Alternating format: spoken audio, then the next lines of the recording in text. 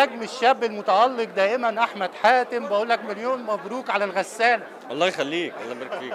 خلاص الغسالة كانت آخر حاجة في البيت مش كده؟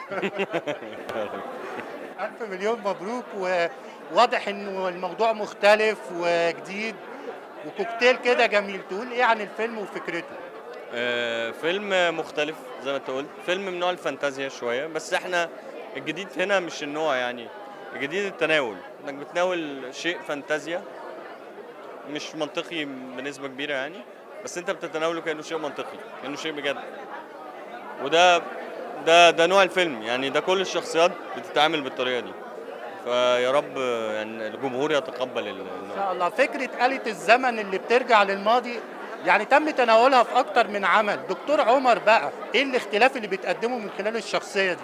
اختلاف ان في رابط بينه وبين الشخصيات اللي في الفيلم، على رأسهم أستاذ محمود حميدة، بيجمعوا في سبب اختراع آلة الزمن دي، وبيتحدوا مع بعض عشان يعني هو بيحاول يصنع حاجة تخليه يرجع يصلح علاقته بحبيبته زمان وهو صغير.